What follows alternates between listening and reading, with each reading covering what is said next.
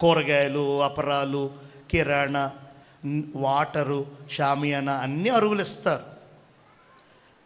సేవకులకు ఇచ్చేది మాత్రం నేను అప్పు చేయకూడదు. ఎందుకంటే దేవుని మాట వినకుండా, అయ్యగారు చెప్పింది చేయకుండా నేను అప్పులు చేసి అందరి దగ్గర చేతులు చాపి ఎంతో చెడ్డ సాక్ష్యాన్ని, ఎంతో చెడ్డ పేరుని నేను తెచ్చుకున్నాను. పోయిన సంవత్సరం ఒక మాట ఇచ్చాను దేవునికి, చేతులు చాపన్నాయన, ఉన్నాయి బాకీలు ఉన్నాయి, బలహీనతలు ఉన్నాయి, సమస్యలన్నీ త్వరగా తీర్చే దారి చూపెట్టండి అయ్యా తీర్మానం చేసుకున్నాను. అప్పటి నుంచి నా ఇంట్లో వాళ్ళని కానీ బయట వారిని కానీ అస్సలు అనుకోకుండా ఇజ్రాయేలు ప్రయాణం 4-5 పర్యాయాలు ఫోన్ చేశారు దైవజనులు. రాలేము అంటున్నాను కానీ ఏ అంటే కారణం చెప్పట్లా. వచ్చేసారు ఇంటికి. ఎందుకు రానంటున్నారు? ఏమైంది అంటే ఇక ఆగలేక, కొంచెం ఫినాన్షియల్ ట్రబుల్ అండి, నేను చూస్తాను, మీరు రావాలి, ఇది ఒక మంచి అనుభవం, ఒక మంచి అవకాశం. ఇజ్రాయేల్ యాత్ర అంటే ఇలాగే ఉంటుంది, భయపడొద్దు, నేను నా వల్ల అయిన మట్టికి నేను మీకు చేస్తాను, రావాలని బలవంతంగా ఒప్పించి ఎంతో సంతోషంగా ఆ స్థలానికి వెళ్ళి వచ్చాం. దేవునికి స్తోత్రం చెప్పండి. అక్కడికి వెళ్ళాక కూడా దేవుడు చాలా ఆశ్చర్యం అండి. తెలియని వాళ్ళు, కొత్త వాళ్ళు 90,000 కానుకిచ్చారు నాకు. వారు ఆ ప్రార్థనకు వస్తామండి అయ్యగారు, వీలైతే మీరు కూడా రండి అంటే, నేను హోసన్న వెస్లీ గారిని అడిగి, కొంతమంది సంఘ బిడ్డలు ఉన్నారండి, మా బంధువులు కూడా ఉన్నారు, మీతో కూడా ప్రేయర్కి వస్తానండి అంటే, అయ్యగారు వెంటనే ఒప్పుకొని, నువ్వు ఒక్కడవేంటి, మా జానువాడు రాడా, మా అమ్మగారు రారా, మీరు ఒక్కరే వస్తారా, జాన్ వెస్లీ ఏంటి ప్రతిదానికి ఈయన ఒక్కడే తయారవుతున్నాడు అన్నారు. అంటే ఫ్యామిలీతో, ఆయనతో పాటు కారులో మేము కూడా ప్రేయర్కి వెళ్ళాం, మీటింగ్కి. అక్కడ వెళ్ళినప్పుడు వాళ్ళందరూ కలుసుకొని చిన్న కానుకలు పెట్టారు. ఇంటికి వచ్చి చూసుకుంటే అది మన డబ్బులో 92,000, మన డబ్బులో.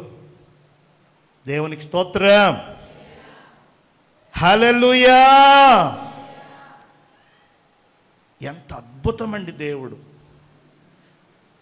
ఎలాగా 1,000 రూపాయలు మాత్రమే ఉన్నాయి. ఎలాగా మేము యెరూషలేము వెళ్ళాలనుకున్నప్పుడు ఒక సహోదరులు మాకు కానుక ఇవ్వాలని అనుకున్నారట.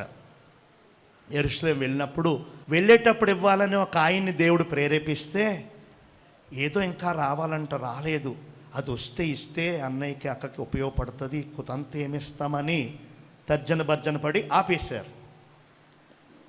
యెరూషలేము నుంచి రాగానే, అయ్యగారు మీకు వెళ్ళేటప్పుడు ఇవ్వాలనుకున్నాం, ఇవ్వలేకపోయాం, క్షమించండి, ఇదిగో ఈ చిన్ని కానుక, అది తీస్తే ఉపవాస ప్రార్థనలకి రావలసిన సేవకులకి, సాక్ష్యం చెప్పేవారికి, మ్యూజిక్ వారికి సరిపడా కానుక దాంట్లో 1,10,000 ఉంది. దేవునికి మహిమ కలుగునుగాక. ఎవరి దగ్గర చేయి చాపకుండా. ఎందుకంటే ఒక్కొక్కసారి చేయబోదులో లేకపోతే చిన్న ఉంటాయి, కామన్.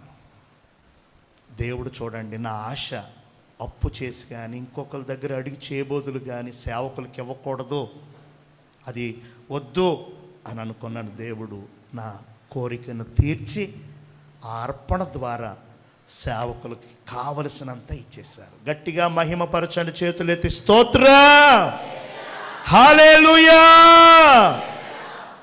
గొప్ప దేవుడు చెప్పండి, చాలా చాలా గొప్ప దేవుడు. ఆమేన్. ఆ విధంగా ప్రతి దాంట్లో, ప్రతి అణువులో దేవుడు నా పక్షంగా, మీ పక్షంగా, తను నమ్ముకున్న వారందరి పక్షంగా కూడా అద్భుతాలు చేయడానికి ఆయన సిద్ధంగా ఉన్నటువంటి దేవుడు. హల్లెలూయా, హల్లెలూయా, హల్లెలూయా. కాబట్టి ఒక తీర్మానం, ఒక మాట తీసుకుందాం. అయ్యా, నేను అది సాధించాను, ఇది సంపాదించాను, అది పట్టుకున్నాను, ఇది పట్టుకున్నాను. కాదు కాదు, నా మనస్సును స్వాధీనం చేసుకునే శక్తి నాకు ఇవ్వు. నా మనస్సును, నా మైండ్ని నేను కంట్రోల్ చేసే పవర్ నాకు కావాలి. వాక్యం ఏమని చెప్తుంది? శ్రేష్ఠుడంట. 100 ఎకరాలు కలిగిన వాడు శ్రేష్ఠుడని బైబిల్ చెప్పట్లా. 10 మంది కొడుకులు 10 మంది కూతుళ్ళు కలిగిన వారు శ్రేష్ఠులని బైబిల్ చెప్పట్లా. తన మనస్సును స్వాధీనపరుచుకున్నవాడు శ్రేష్ఠుడు. మన మనస్సుని స్వాధీనం చేసుకుంటున్నామా? మన మైండ్ని, మన మనస్సుని అణుచుకుంటున్నామా? అదుపులో పెట్టుకుంటున్నామా? అదుపులో పెట్టుకుంటున్నామా? అణుచుకుంటున్నామా? హల్లెలూయా. అణుచుకోనందువల్లే, అదుపులో పెట్టుకోనందువల్లే పాపం, లోకం, సాతానుతో స్నేహం, ఈ భక్తి విషయాల్లో జస్ట్ నటించేసి, ఆదివారం జస్ట్ షో చేసేసి, మరలా సోమవారం నుంచి శనివారం వరకు మనకు నచ్చినట్లుగా, మన మనసు మెచ్చినట్లుగా, మన మనసు కోరినట్లుగా ఉంటున్నామా? అది దేవునికి ఇష్టమైనది కాదు. దేవునికి స్తోత్రం. దేవుడు మనల్ని ప్రేమించాడు. తల్లి గర్భములో ఉన్నప్పుడే, తల్లి కడుపులో పిండముగా మారకముందే, అణువుగా, పరమాణువుగా ఉన్నప్పుడే ఆయన నిన్ను కోరుకున్నాడు, నిన్ను ఇష్టపడ్డాడు, నిన్ను అభిషేకించాడు, నిన్ను తన పని కోసం, తన సన్నిధి కోసం, తన సాక్ష్యం కోసం, తన పరిచర్య కోసం దేవుడు నిన్ను ఏర్పాటు చేసుకున్నాడు. కేవలం నీ జీవనోపాధులు ఎలా చేసుకుంటున్నావో, నీ భార్య కోసం, బిడ్డల కోసం ఎలా కష్టపడుతున్నావో, అదేవిధంగా నిన్ను రక్షించిన దేవుని కోసం కూడా కొద్ది కాకపోతే కొద్దైనా పని చెయ్యాలి, పరిచర్య చెయ్యాలి. నువ్వు చేస్తావు, చెయ్యాలనే దేవుడు నిన్ను తల్లి కడుపులో ఉండగానే ఏర్పాటు చేసుకున్నాడు. దానికి కావలసిన వరాలు ఇచ్చాడు నీకు, దానికి కావలసిన తలాంతులు ఇచ్చాడు, దానికి కావలసిన అభిషేకాన్ని ఇచ్చాడు. నువ్వు వాడుతూ ఉంటే అవన్నీ ఒక్కొక్కటి బయటకు వస్తాయి. నువ్వు వాడుకోకపోతే నేను ఇలాగే ఉంటా, నేను ఇలాగే చేస్తా, నేను ఇలాగే సాగిపోతా అంటే ఆ వరాలు, తలాంతులు బయటికి రావు. నువ్వు ఒక పని చేయి, మరొక తలాంతు బయటకు వస్తుంది. నువ్వు ఒక కార్యక్రమం చేయి, మరొక వరం, మరొక తలాంతు నీలో నుంచి బయటకు వస్తుంది. దానికి ఉదాహరణ సంసోను. ఇంటికి వెళ్ళక చదువుకో, నేను ముగించేస్తాను. అలాగని ఈ వాక్యం ఆపేస్తాను అనుకోవద్దు. 6 విషయాలు మాట మీద నిలబడిన కదండి, నేను చెప్పకూడదు అనుకున్నాను కానీ చెప్పేస్తాను. దేవునికి గట్టిగా స్తోత్రం చెప్పండి. ఆ 4వ ఆదివారానికి గుర్తుండి సత్తాదా అనుకుంటున్నారు కొంతమంది. చచ్చిపోయినా కానీ దాన్ని బతికిద్దాం, మళ్ళా మన చేతుల్లో పని కదా. ఇప్పుడు 30 గంట చెప్పింది, అప్పుడు ఒక 5-10 నిమిషాలు చెప్పి లేపుదాం దాన్ని. అసలు నవ్వట్లే, చాలా సీరియస్గా ఉన్నారు. దేవునికి స్తోత్రం. హల్లెలూయా, హల్లెలూయా. 6 విషయాలు కూడా మీకు స్పీడ్గా చెప్తాను. అప్పుడు ఈరోజు మొదటి విషయమే చెప్తున్నాను. ఇంటికి వెళ్ళాక చదువుకోండి. సంసోను జీవితం చెప్పండి. సంసోను వారి అమ్మగారికి వివాహమైన వెంటనే సంతానం కలగలా. చెప్పండి, వెంటనే సంతానం కలగలా. పోనీ ఏమైనా అన్యురాలా? కాదు, గొప్ప విశ్వాసి, గొప్ప ప్రార్థనా పరురాలు, గొప్ప ప్రవక్త ఇంట్లో నుంచి వచ్చిన ఆవిడ. దేవునికి స్తోత్రం. ఆలస్యం అవుతుంది, లేట్ అయిపోతుంది, ఆలస్యం అయిపోతుంది. మీరు ఏ విషయంలో కూడా డీలా పడొద్దండి. దేవుడు ఆలస్యం చేశాడంటే అద్భుతం చేస్తాడు.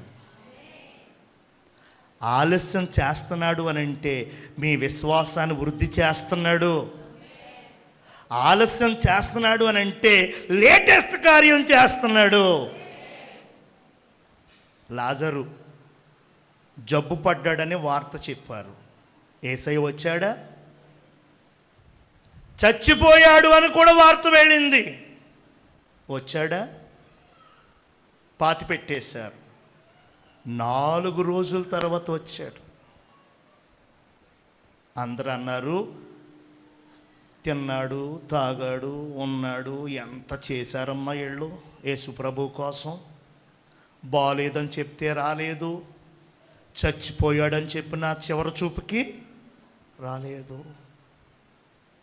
ఇప్పుడు వస్తున్నాడమ్మా, ఎందుకు అన్నారు. ఆ నోట ఈ నోట మార్తా మరియలకు కూడా తెలిసింది, వాళ్ళకి వచ్చేసింది.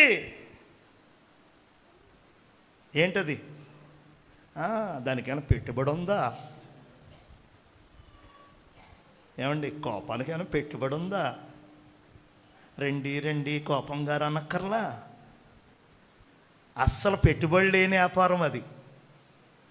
అంటే కోపం, అంటే కోపం, తుడితే కోపం, తొడగపోతే కోపం, కూర్చుంటే కోపం, ఎందుకు నిలబడ్డావు? కోపం. ఎందుకు కూర్చున్నావు? కోపం. పడుకున్నావేంటి? కోపం. డోర్ తీయలేదేంటి? కోపం. సెల్ చూడట్లేదేంటి? కోపం. సెల్ ఎట్టుకునే ప్రతిదానికి కోపమే మనకి. పెట్టుబడి లేని వ్యాపారం అది. ఏదది? బ్యాంక్ మేనేజరు క్లర్క్ మీద చెడ మెడ తిట్టాడంటండి. ఎందుకు తిడుతున్నాడో తెలియట్లేదు. ఎదిరిద్దామంటే మేనేజర్ ఈయన క్లర్కు. ఆ రోజంతా కూడా సాడ్గానే, చాలా బాధగానే గడిచిపోయింది. బ్యాంక్ అయిపోయింది. క్యారేజ్ అయ్యన్నట్టుకుని బ్యాగ్ కట్టుకుని బయలుదేరాడు. మోటార్ సైకిల్ ఎక్కి ఇంటికి వచ్చాడు. ఇంటికి రాగానే కాలింగ్ బెల్ నొక్కాడు. భార్య లోపలేదో వంటగదిలోనో లేకపోతే బాత్రూంలో లేకపోతే ఇంకెక్కడో వెనకాల ఎక్కడో ఉంది. 2 సార్లు నొక్కాడు.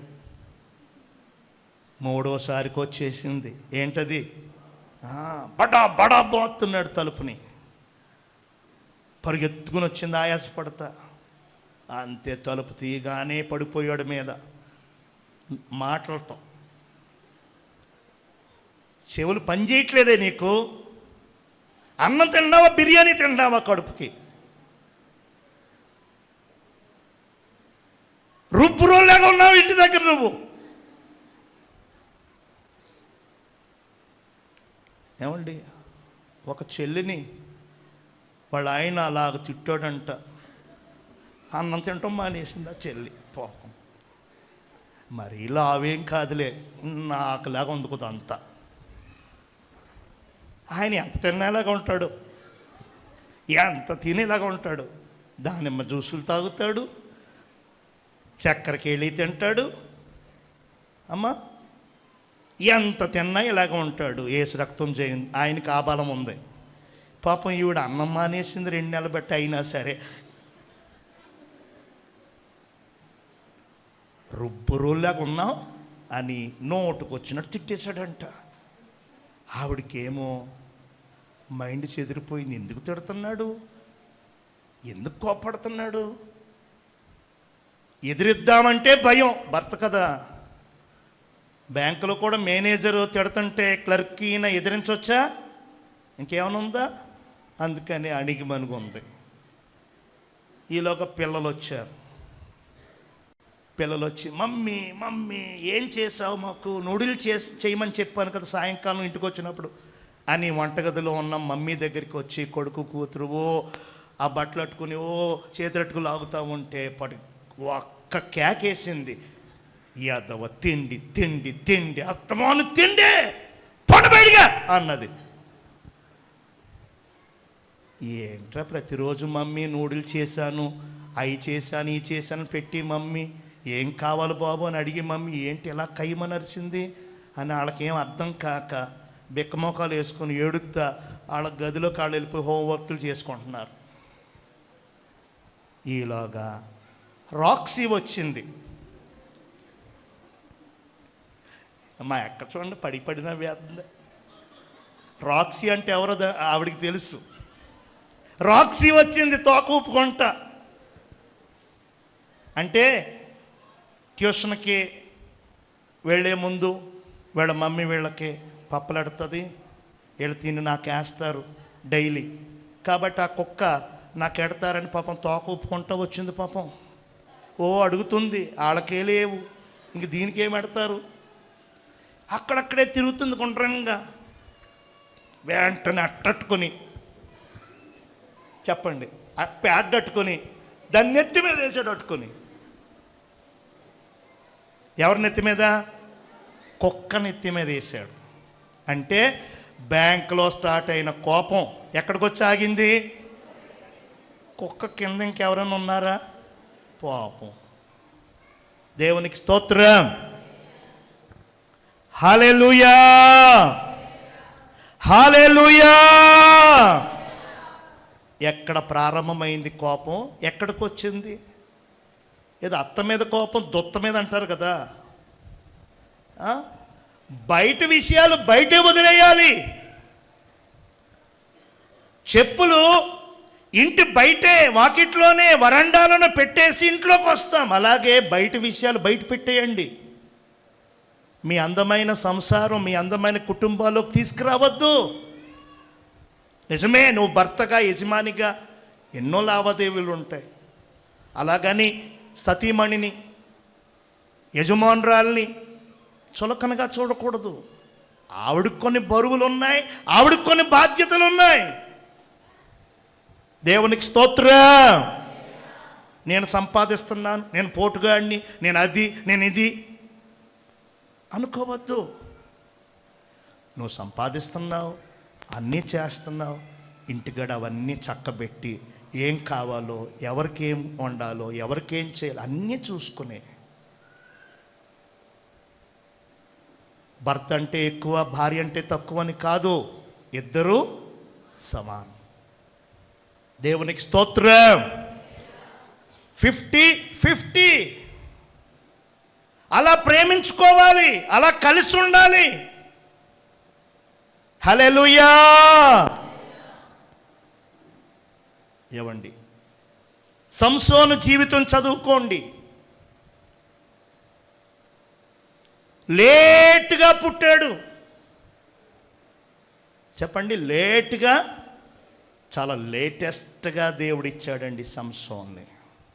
దేవునికి స్తోత్రం. సంసోను జీవితం చదవండి. దేవుని కోసం ఒక చిన్న పని చేశాడు, ఆ తర్వాత డబల్ కృప. మరలా ఓ పని చేశాడు, మళ్ళా 3 కృప. మరలా ఇంకో పని చేశాడు, 4 కృప. దేవునికి స్తోత్రం. మనకు మాత్రం మనం అడిగింది చేయలేదంటే, మనం కోరింది ఇవ్వలేదంటే కోపమించేస్తాం దేవుని మీద. దేవుడు ఆలస్యం చేస్తున్నాడంటే అద్భుతం చేస్తాడని గుర్తుపెట్టుకోండి. రెండోది, దేవుడు ఆలస్యం చేస్తున్నాడంటే మీ విశ్వాసాన్ని వృద్ధి పొందింప చేస్తున్నాడని గుర్తుపెట్టుకోండి. దేవునికి స్తోత్రం. దేవుడు లేట్ చేస్తున్నాడు అని అంటే తన నామానికి మహిమను తెచ్చుకోబోతున్నాడు మీ ద్వారా అని మాత్రమే చూడండి. ఇంకో కోణంలో చూడొద్దు. ఆయన మాట మార్చడానికి, ఆయన మాట తడబడ్డానికి నరపుత్రుడు కాడు. హల్లెలూయా. నమ్మదగినవాడు, నే నమ్ముకున్నవాడు, నమ్మిన వారిని అంతవరకే వచ్చు. చెయ్యి విడువని దేవుడు అని ఉంటుందన్నమాట. అయితే రాగం తాళం అవన్నీ తప్పేశాను. దేవునికి స్తోత్రం. హల్లెలూయా. ఆలస్యమైందని, దేవుడు నాకు అన్యాయం చేశాడని, దేవుడు నన్ను చిన్నచూపు చూశాడని, దేవుడు నాకు అలా చేశాడు ఇలా చేశాడని సణగొద్దండి, దయచేసి గొణగొద్దండి. మనం దేవుణ్ణి ఎదిరికించి నిలబడలేం. మన వల్ల అవ్వదు. ఎదిరించి అన్ని తిప్పలు ఎందుకు, ఆయనకు ఒబే అయిపోదాం. నీ చిత్తమే ప్రభువా. దేవునికి స్తోత్రం. ఎన్ని తలచినా ఏది అడిగినా జరిగేది నీ చిత్తమే ప్రభువా, జరిగేది నీ చిత్తం. నీ తోడు లేక, నీ ప్రేమ లేక ఇలలో నా ఏ ప్రాణి నిలువలేదు. అడవి పువ్వులే నీ ప్రేమ పొందగా, అడవి పువ్వులే నీ ప్రేమ పొందగా, నా ప్రార్థన ఆలకించుమా ప్రభువా, నా ప్రార్థన ఆలకించుమా. ఎన్ని తలచినా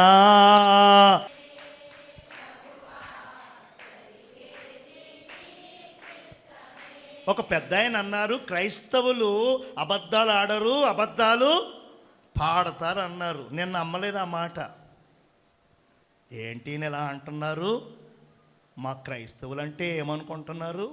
అబద్ధాలు ఆడరు, పాడతారంటున్నారు ఏంటి అన్నప్పుడు ఇలాంటి పాటలు కొన్ని గుర్తొచ్చాయి. నిజమే కదా, పాట ఏమని పాడతాం? మేము ఎన్నో తలుస్తాము, ఎన్నో ఊహిస్తాము, ఎన్నో అనుకుంటాం, కానీ జరిగేది నీ చిత్తమే అని పాడతాం. కానీ దేవుడి చిత్తం జరిగినప్పుడు మనం సంతోషిస్తామా? చిత్తాన్ని చూసి దేవుడు తన చిత్తాన్ని జరిగించుచున్నప్పుడు మనం ఆనందిస్తామా?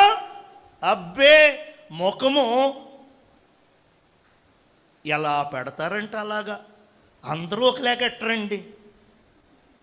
నేను ఆ యాక్షన్ చేయను, కానీ అసలు బలి ఆడతారండి కొంతమంది. గుళ్ళోకి వచ్చినప్పుడు కూడా ఆ ముఖమే, గుళ్ళో కూర్చున్న అదే ముఖం, ఆరాధన బలంగా జరిగిన అదే ముఖం. ఏంటా ముఖం? దేవుడి చిత్తం జరిగింది, దేవుడి చిత్తం జరగటం నాకు ఇష్టము లేదు అని. దేవునికి స్తోత్రం.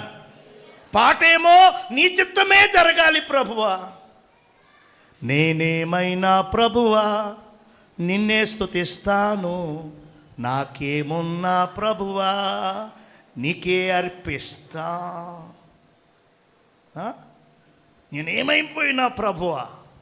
అయ్యో బాబు, ఎంత పాట అండి ఆ పాట.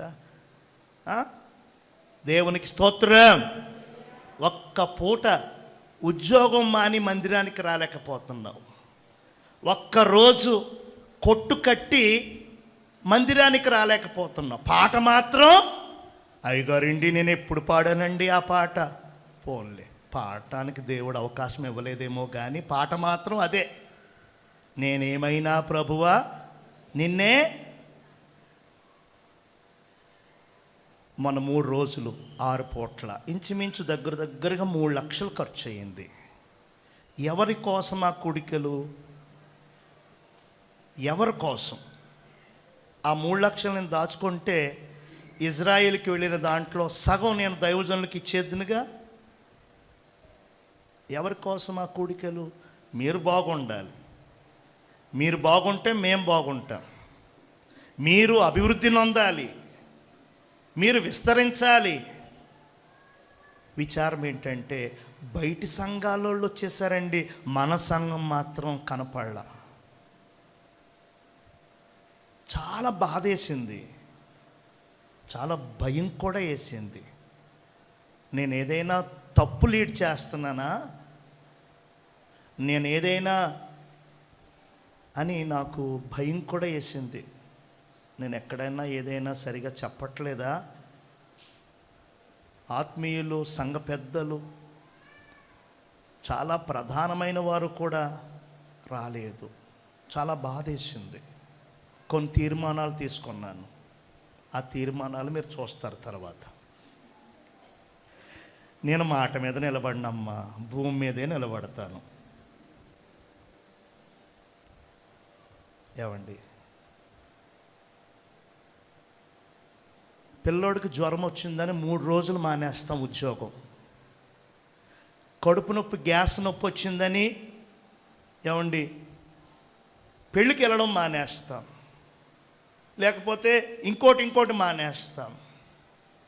నిన్ను రక్షించిన దేవుని కోసం, నీ కోసం ప్రాణం పెట్టిన దేవుని కోసం, నిన్ను ఈ విధంగా ఉంచిన దేవుని కోసం. ఒక ఆయన అంటారు, అయ్యగారండి రోజంతా కష్టపడ్డా 500 కూడా మిగలలేదండి అంటారు. 500 కూడా మిగలలేదండి అంటారు. ఆ 500 కోసమే, ఆ 500 కోసమే 6 కూడికల్లో 4 కూడికలకి రాలేదు. దేవునికి స్తోత్రం. నేను ఏదో కించపరచాలని కాదండి, దేవునికి ఎంత వెయిట్ ఇస్తున్నాం మనం. నన్ను ఘనపరచు వారిని నేను, నన్ను ప్రేమించు వారిని నేను. దేవుని చేత ప్రేమించబడాలి, దేవుని చేత ఘనపరచబడాలంటే చెయ్యాలి. పాటలు పాడేయడం కాదు, ఏమండి పెత్తనాలు చేసేయడం కాదు.